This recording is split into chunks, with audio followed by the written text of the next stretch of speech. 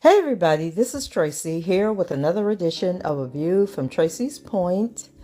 And I need you guys to pray for my city. Like, traumatic events have been hitting our community, and it just seems like we don't get to recover from one incident when another incident happens.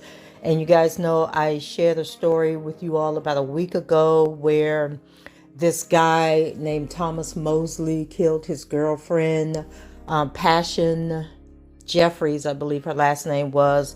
And then he also killed their 2-year-old son, Talon Mosley. Their funerals were held last weekend, and it was just really a sad situation all the way around.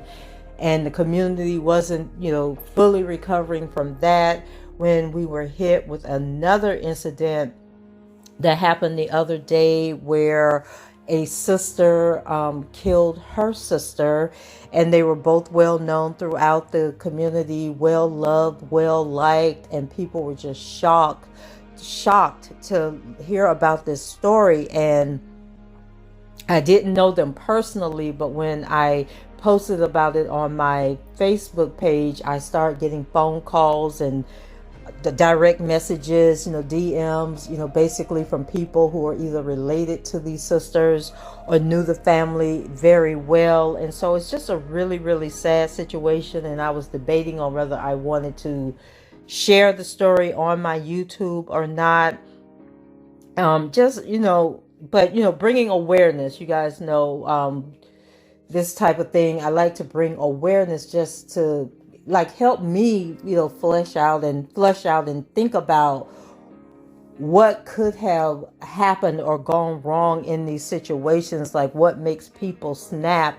And for those of you who've been following my channel from the beginning, I'm really into human interest stories, just understanding the inner workings of people and how they operate and how they think. And for some reason, I always gravitate towards these true crime stories. And I may just make this channel, maybe that's what the channel will be about. When I first started out, it was supposed to have been recapping television shows, and I told y'all what a disaster that was. But this, I don't know, I'm just drawn to these type of stories. So I'm going to go ahead and share with you all an article that was posted in our local newspaper. And it says that the news that Cherie Howard was gone was shocking and difficult enough for those who loved her to bear. But now police say the 54-year-old St. Petersburg real estate agent died. How she died was incomprehensible. Howard, 54, was strangled Tuesday by her sister, 39-year-old Cherie Nicole Howard, in the St. Petersburg home they shared in the 600 block of Newton Avenue South, according to police. Now the younger sister, who is a licensed physician, faces a second-degree murder charge. Police said that Cherie, and I may be pronouncing her name wrong, is spelled Charee, so it could be Cherie or Cherie. The sister's name is spelled Sherry.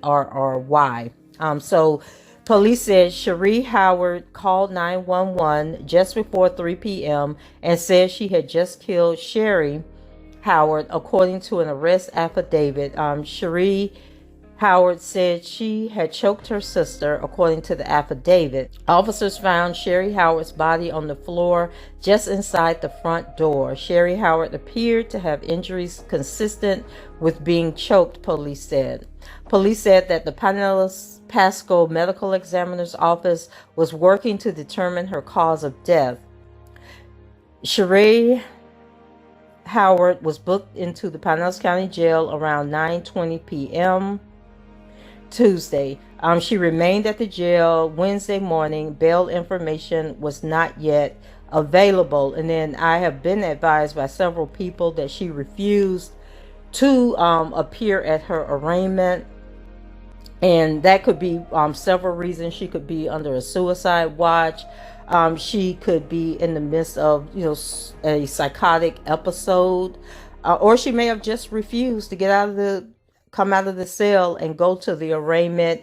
So there's several reasons where she may not have appeared at the arraignment. I don't think they, pull them into the courthouse kicking and screaming and that type of thing.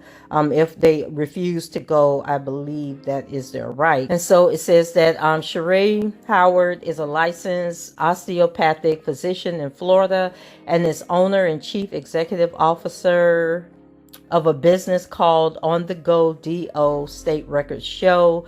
Cherie Howard worked for Keller Williams until last month, and at the time of her death was an independent real estate consultant, according to her LinkedIn page. By Wednesday morning, the news of Cherie Howard's death was reverberating through social media as people who knew her expressed shock and sadness. In a Facebook post, State House Representative Michelle Rayner Goldsby of St. Petersburg called Cherie Howard a dear friend, sister, mentor, and just a tremendous human. She believed in me from day one, Rayner Goldsby said in the post. She not only believed in me as an elected official, but as a Black woman. She always pushed me to be better.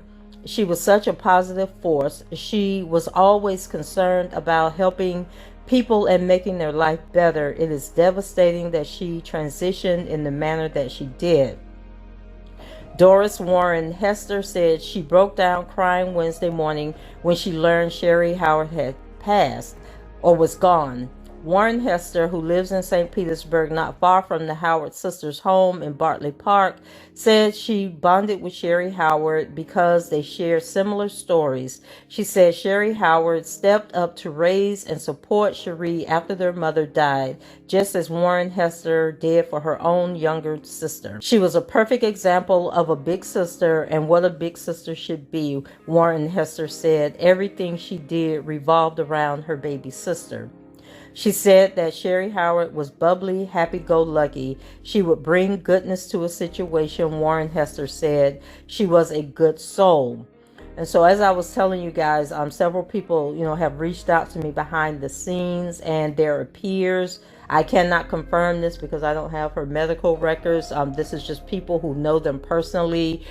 Were saying that there was some type of mental illness involved, and that Cherie Howard was very protective of her sister because she wanted her to succeed and do well.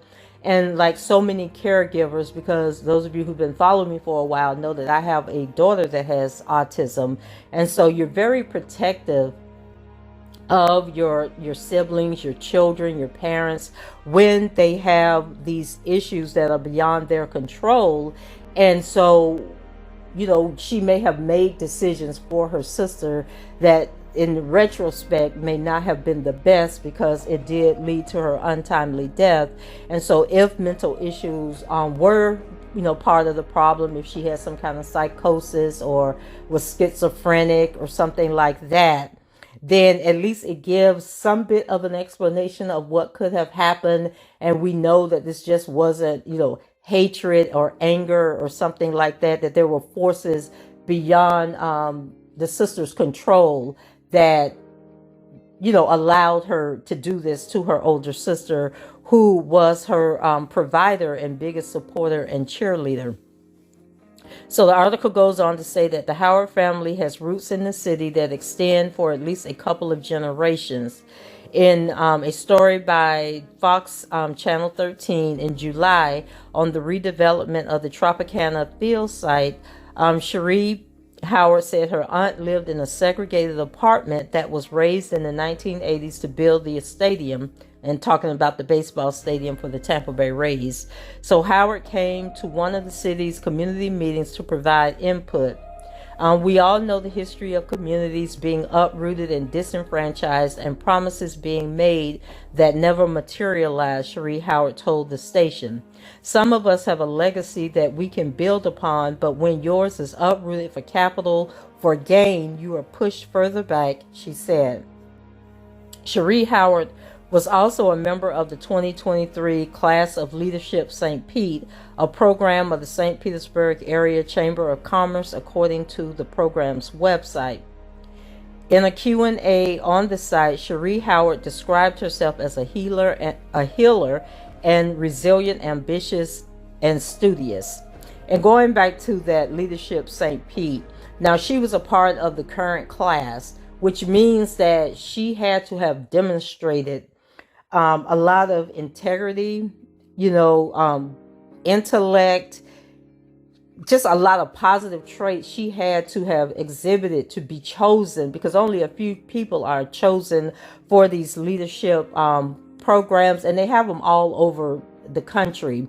And so these are like the best and brightest minds of up and coming leaders and professionals that are chosen for this program. And so she was recently selected to be in the program. So definitely some dual personalities have to have been going on.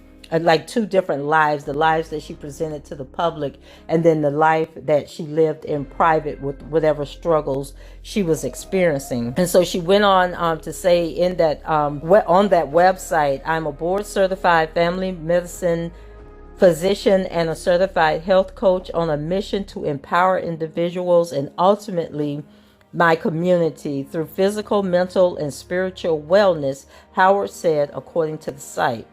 In a response to a question about the best piece of advice she ever received, she quoted her mother, "Never use the word can't. You can do anything that you set your mind to."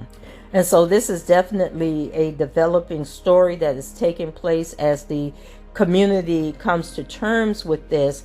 And ironically, we had a similar situation that took place back in January of this year involving two siblings, and one of them was a physician, and both of these brothers ended up dying. Like their fight was so vicious that they both died from the altercation. And these guys, one, I think the doctor was a plastic surgeon, and so their names were Christopher and Reed Newman, and they got into an argument in January that escalated to a shootout that killed both men, an investigator found. And so their family wanted to be very public about what was going on and speak out, because that was just such a tragedy.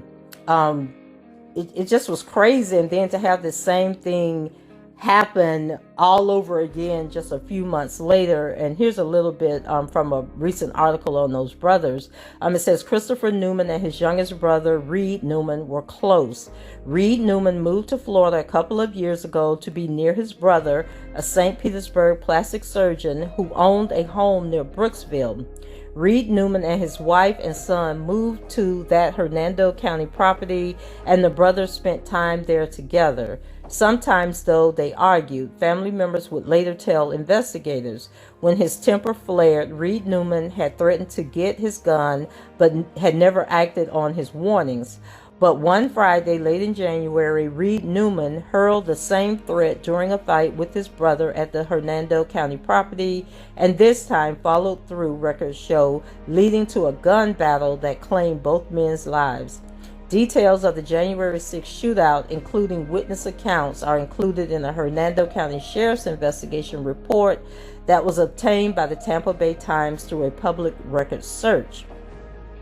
So the Times previously reported that Christopher Newman, 48, died on January 12th, and that his death came 6 days after deputies responded to a shooting call at the Hernando property he and his wife Rose owned. The sheriff's office at the time declined to release the names of the two people who died in the shooting or other details, citing Marsy's law and an ongoing investigation. The investigation closed last month with detectives concluding that Reed Newman, 46, was the primary aggressor during the verbal, physical, and gunfight, the report states. So once again, the younger sibling attacks the older sibling who is trying to help them and help stabilize their lives and, protect them and guide them so that they can have a better future. So a witness told detectives that the living arrangement that had brought the two brothers closer sparked the argument that ended in gunfire. It was a family dinner and then a fight. Reed Newman's wife, Brianna, told investigators that she, her husband, and their teen son met Christopher Newman and another woman whose name is redacted from the report for dinner at Alejandro's in Brooksville. Then they all headed to Newman's property on Griffin Road, southeast of the city.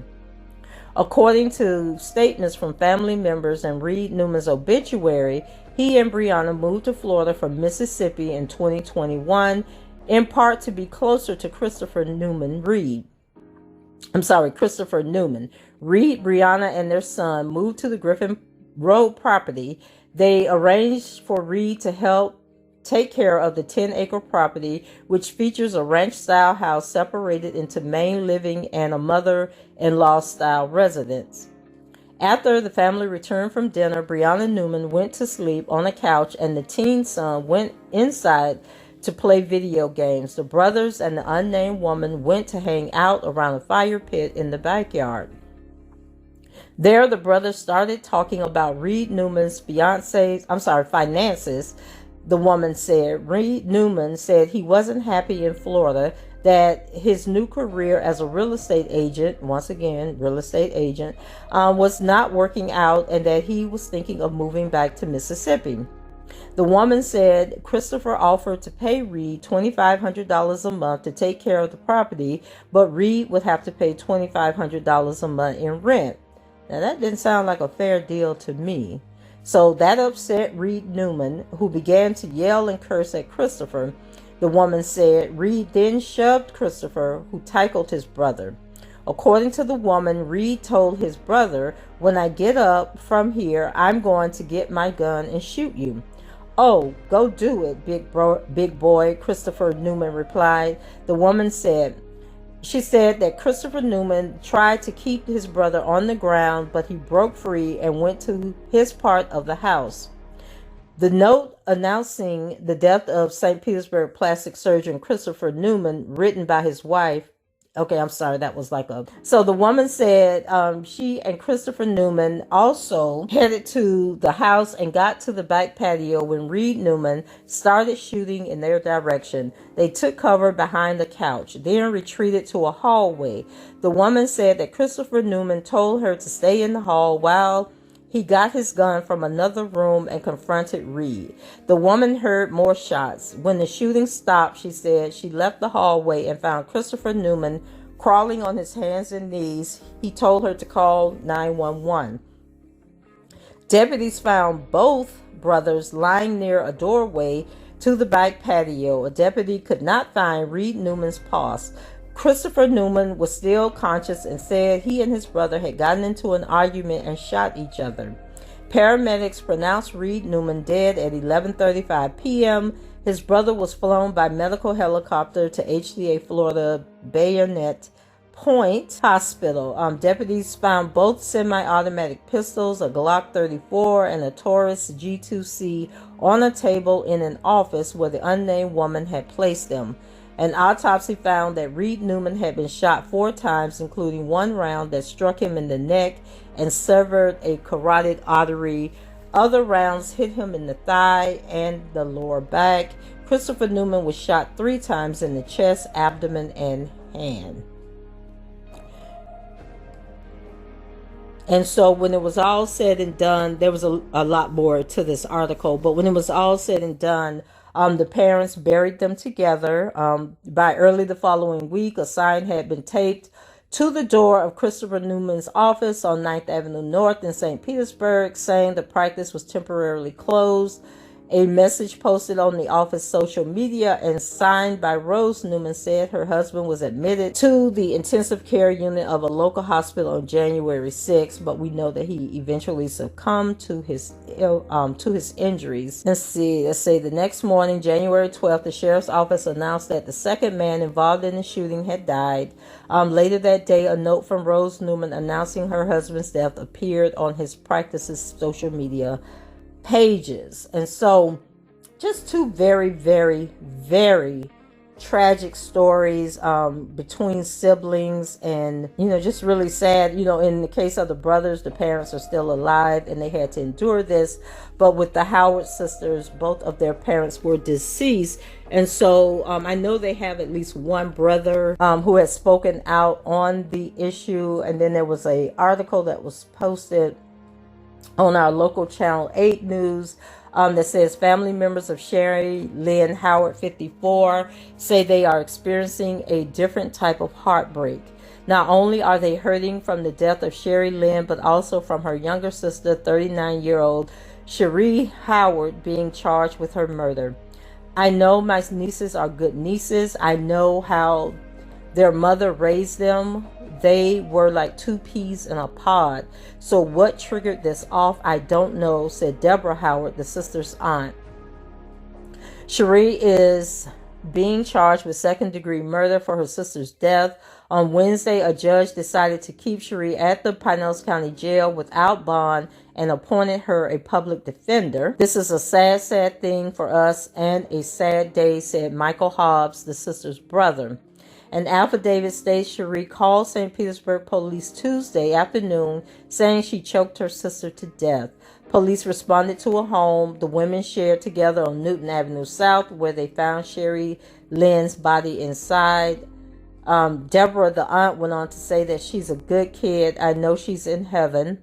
According to the family, the sisters were very close, and Cherie Lynn was like a mother figure to Cherie since their parents had passed away.